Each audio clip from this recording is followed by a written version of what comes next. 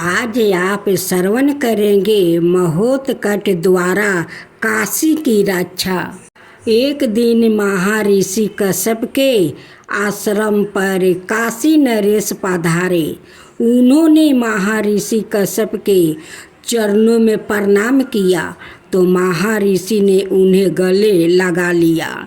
भोजनादि के उपरांत विश्राम कर लेने पर महर्षि ने उनसे उनके आगमन का कारण पूछा।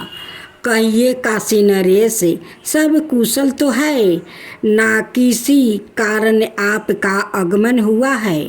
काशी नरेश ने विनय पूर्वक कहा, राज्य में तो आपकी कृपा से सब कुशल है महर्षि। मैं तो आपके पास एक व्याकृत गत प्रयोजन के लिए आया हूँ। महर्षि बोले, जो भी बात है निसंकोच कहिए। राजन, मुनिवर, मैंने अपने पुत्र के विवाह का निश्चय किया है। आप मेरे कुशल पुरोहित हैं। चल कर विवाह के इस मंगल कार्य को पूर्ण करवाइए। महर्षि कश्यप ने अपनी असमर्था प्रकट की और बोले, राजन, मैं चतुर्मास व्रत के अनुष्ठान में व्यस्त हूँ।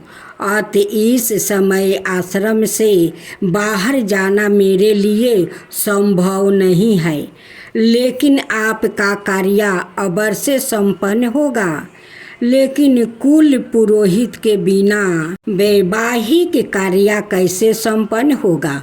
मुनिवर, महर्षि बोले, आप मेरे पुत्र महोत्कट को अपने साथ ले जाइए। यह सभी कार्य संपन्न करवा देगा। महोत्कट तो अभी बालक मात्र ही है। संस्कार विधि विधान का इसे ज्ञान कहाँ होगा? काशी नरेश बोले, महर्षि ने कहा, महोत्कट की आहु का विचार करते हुए हिचकिचाहट में ना पड़े। राजन, यह अभी से सभी शास्त्रों का गाता है। यह सभी कार्य कुशलता पूर्वक संपन्न करा देगा। पुत्र को काशी नरेश के साथ भेजते हुए माता अदिति हिचकिचाई, लेकिन मुनि के निश्चय के आगे उनकी एक नहीं चली। महोत्कट काशी नरेश के साथ चल पड़े। काशी नरेश का रथ घने जंगल में उस जगह पहुंचा जहां रुद्रकेतु का महाबलवान छोटा भाई नराकत का चाचा धूर्मच सूर्यदेव की कठोर तपस्या कर रहा था। संजोग बस जिस समय काशी नरेश का रथ वहां पहुंचा, ठीक उसी समय सूर्यदेव धूर्मच की कठोर तपस्या से प्रसन्न होकर उनके सामने प्रकट हो रहे थे। काशी नरेश ने रथ रुकवाया। महोत्कट और काशी नरेश दोनों रथ से उतरकर इस अलौकिक दृश्य को देखने लगे। सूर्यदेव धूर्मच ने कह रहे थे, मैं तुम्हारी तपस्या से प्रसन्न हूँ, बस वर मांगो। धूर्मच बोला, प्रभु, आप मेरी तपस्या से प्रसन्न है तो मुझे कोई ऐसा अजय अस्त्र दीजिए जिसे जब तक मैं अपने साथ लिए रहूं कोई भी मुझे पराजित ना कर सके। सूर्यदेव ने तथास्तु कहकर आकाश की ओर हाथ उठाया। देखते ही देखते सूर्य के समान चमकीला एक परशु आकाश से नीचे की ओर लपका, लेकिन इससे पहले कि वो परशु धूर्मच तक पहुंचता, महोत्कट बाज की तरह आगे को लपके और उन्होंने परशु को हवा में थमा कर सीधे धुरमच्छ की ओर उछाल दिया। परशु सीधा धुरमच्छ से टकराया और भीषण गर्जना के साथ धुरमच्छ के 2 टुकड़े हो गया। धुरमच्छ के 2 पुत्र जंघन और मनु अपने पिताजी की तपस्विली से कुछ ही फसले पर अपनी सेना के साथ परवा डाले हुए थे। उन्होंने जब यह भयंकर गर्जना सुनी तो चौंक कर एक दूसरे की ओर देखने लगा। मनु बोला, भैया यह कैसी गर्जना है? अवश्य ही कोई अनिष्ट हुआ है। यह तो उस दिशा से आ रहा है जहाँ हमारे पिताजी तपस्या कर रहे हैं। चलो चल कर देखते हैं, कहीं पिताजी की तपस्या में कोई व्याबाधन तो पैदा नहीं हो गया। दोनों भाई अपने पिता की तपस्विली पर पहुँचे और वहाँ का दृश्य देख कर शतबद्ध रह गया। फिर ज्यों ही दोनों की नज़र अपने पिता के 2 टुकड़ों में कटे शरीर पर पड़ी, दोनों गुस्से से सुलग उठे। उन्होंने क्रोध भरी दृष्टि से काशी नरेश को घूमते हुए कठोर स्वर में पूछा, हमारे पिताजी की हत्या किसने की है? काशी नरेश तुरंत उस पापी का नाम बताओ। मेरी तलवार उसका खून पीने को बेचैन हो रही है। काशी नरेश डर के मारे थर थर काँपने लगा। उन्होंने डरते डरते महोत्कट की ओर संकेत कर दिया। संकेत देखकर मनु क्रोध से बोला, नीच पापी, एक तपस्या करते हुए व्याकृत की हत्या करते हुए तुझे शर्म नहीं आई? ठहर, मैं तुझे अभी यमलोक पहुंचा देता हूँ। जंघन बोला, नहीं भैया, हमारे पिता की हत्या का काशी नरेश भी उतना ही दोषी है जितना यह बालक है, इसलिए दोनों के ही सिर काट दो। यह सुनकर काशी नरेश की परेशानी बढ़ गई। वो डरते हुए बोले, मैंने कुछ नहीं किया है, सब इसी महोत्कट का किया धारा है। मुझे छोड़ दो, दंड देना है तो इसी को दो। काशी नरेश की बात सुनकर महोत्कट क्रोधित सवार में बोले, काशी नरेश, आप तो बहुत ही निर्दय है। आश्रम में तो आप मुझे अपना संरक्षण देकर लाए थे। आपने मेरे पिताजी को यह वचन दिया था कि मैं महोत्कट की हर तरह से रक्षा करूंगा, और अब खतरा देखकर मुझे असुरों के हवाले कर देना चाहते हैं। फिर क्या था, महोत्कट ने विकट रूप धारण कर लिया। देखते ही देखते अनेक मात्रा विधि शास्त्र अनेक हाथों में आ गया और वो असुरों की सेना को गरज कर मूली की तरह काटने लगा। कुछ ही देर में सारी असुर सेना समाप्त हो गई। महोत्कट ने 2 मंत्र चलित तीर जंघन और मनु की और छोड़ा, जो सीधे जाकर दोनों की छाती में धंस गया। दोनों असुर वही जलकर राख हो गया। मैदान साफ होते ही महोत्कट गुस्से से काशी नरेश की ओर घूमे और बोले, काशी नरेश, अब मैं आपके साथ काशी नहीं जाऊंगा।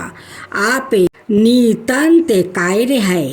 काशी नरेश ने दीन सवार में कहा, मुझसे गलती हो गई, देव मुझे क्षमा कर दो।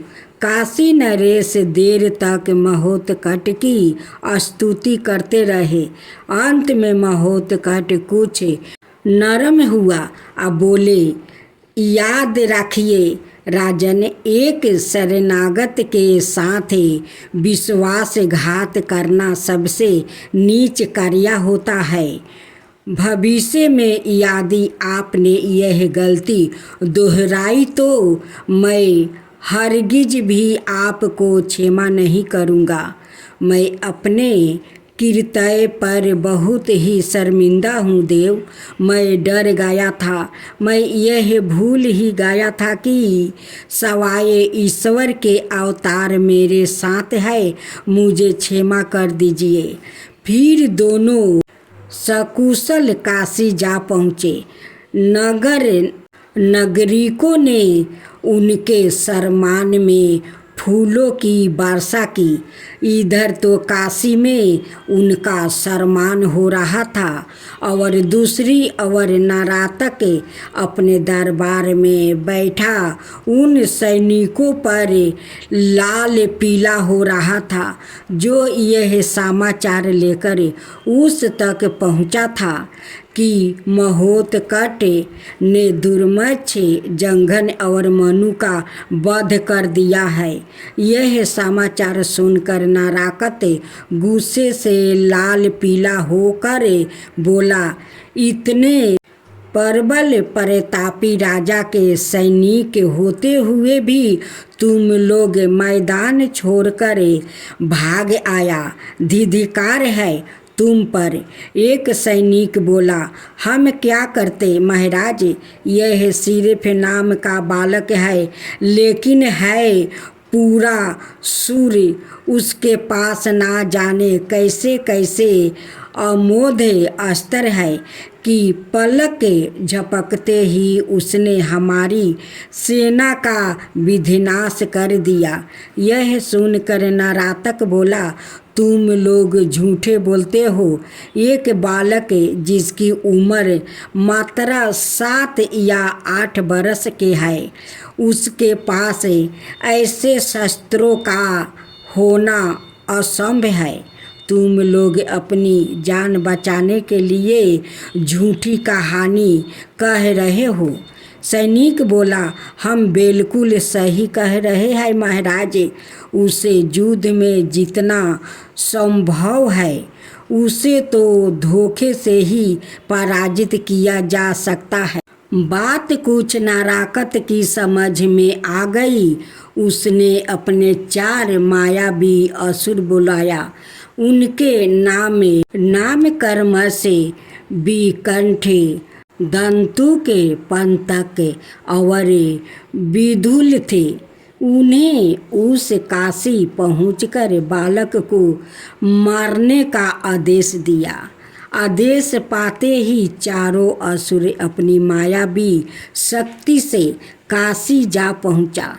काशी में महोत्कट की स्वागत सवारी अभी काशी नरेश के महल तक पहुंची भी नहीं थी कि पतंग और विधुल ने एक बहुत बड़ा झंझावट पैदा कर दिया।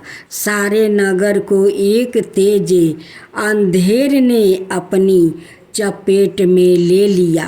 इतना घना अंधकार छा गया कि हाथ को हाथ भी दिखाई देना बंद हो गया। धैर्यपूर्वक महोत्कट ने अपने दाएं हाथ से मंत्र पढ़ते हुए कुछ संकेत किया। एक तेज प्रकाश पुंज हाथ से निकला और सीधा उस दिशा में कूद गया जिधर दोनों असुर आकाश में टीके असुरी माया फैला रहे थे। अचानक प्रकाश पुंज 2 भागों में बट गया, एक पतंग की और एक दूसरा विधुल की और लपका, और देखते ही देखते दोनों असुर मशाल की तरह जलने लगा। दोनों असुरों के मरते ही मायावी लीला अपने आप समाप्त हो गई। वातावरण शमयान हो गया। आकाश यूं स्वच्छ हो गया जैसे कुछ हुआ ही नहीं हो। फिर काशी नरेश का रथ महल की ओर चल पड़ा, लेकिन कुछ ही दूर चलने पर बिघंट और दंतुर ने उनका मार्ग रोक लिया। उनके साथ 2 अनाई असुर भी थे, लेकिन वो महोत्कट के नज़दीक भी नहीं पहुंच पाया। महोत्कट के एक संकेत पर ही दोनों जल उठे। बाकी के उनके 2 सहायक जान बचाकर भाग खड़े हुए।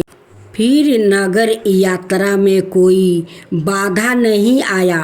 रथ महल के सामने पहुंचकर रुक गया। महिलाएं आरती करने लगी। बढ़ी सभी एक दूसरा व्याकृत सामने आया। नरातक के भेजे हुए 3 असुर वहां पहुँचे। उनमें से 2 ने विशाल गधों का रूप धारण किया हुआ था, जबकि तीसरा एक विशाल हाथी का रूप धारण किया हुआ था। तीनों भयंकर शोर करते हुए विनायक की ओर झपटे। विनायक क्षण भर में ही सारी बात समझ गया। उन्होंने हाथ से कुछ संकेत किया। एक बार फिर प्रकाश पुंज उनके हाथों से निकल पड़ा और तीनों भागों में बांटता हुआ तीनों असुरों की ओर लपका। देखते ही देखते तीनों असुर जल कर राख हो गया। नगरवासियों ने हर्ष से जयकारा किया। चारों दिशाओं विनायक की जयकारा, महोत्कट की जय के नारा से गूंज उठी। नार नारी खुशी से नाचने लगे। काशी नरेश का कार्य निर्विघ्न समाप्त हुआ। जय